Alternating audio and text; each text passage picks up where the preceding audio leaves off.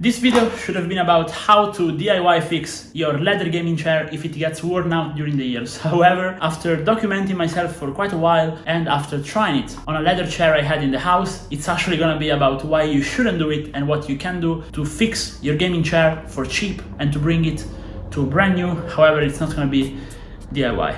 So let's get started. Now, if you've been following the page for a while, you know that I am a Maxnomic partner and this is the chair I use. It actually has my logo on it as well. I have a video about it on the channel. However, what nobody will know probably is that I actually have been a Maxnomic fan for basically all my life. When I was younger and I used to play competitive Call of Duty, I had a Maxnomic chair, the ESL model that you will see in the footage right now. However, after 8 years of intensive gaming, the leather on it started to worn out, which is actually a pretty lengthy life for a gaming chair that was used for 8 hours a day gaming. So I then put it aside, but after getting this new chair, I started looking around to find ways to bring it back to life. So what you will see if you go around, start documenting yourself to see how to do it, you will see that you can use some stuccos. Basically, you just apply this thing on the leather and it's supposed to fill out the holes basically, and then you can paint over it. However, this is not going to give the best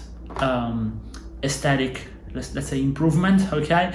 Especially not if you have a chair like mine, which was basically blue, black and white, so you can't find basically paint that's going to look good enough. It's going to always look cheap. So that I couldn't do it.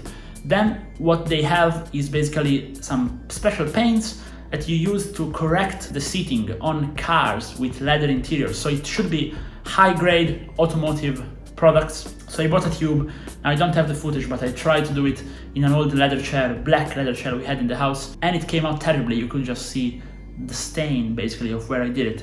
So I reached out to Maxnomic while I was thinking about the project, and I was talking to them about it, and basically they told me that they have a service they offer, and for 90 bucks, which is really cheap, they will get the piece shipped to them and they will completely redo it and send it back. So at this point I told them, okay, let's try. So what I did is I went ahead, I dismounted my whole chair, and then I packed it, as you can see, and sent them out to them. They actually sent the courier themselves to come and pick it up at my house, so I had to do nothing. And I went to Maxnomic headquarters, and they even sent me the pictures of what they do to the seating itself, so I can show you guys what actually happened if you want to do this. And basically they stripped the leather out and they just cleaned everything out and rebuilt the whole seating element themselves. And it came out looking completely brand new. They actually had to change the color a bit because the blue wasn't available, but I think it actually looks a bit better now in black and white. So I went ahead and basically reinstalled it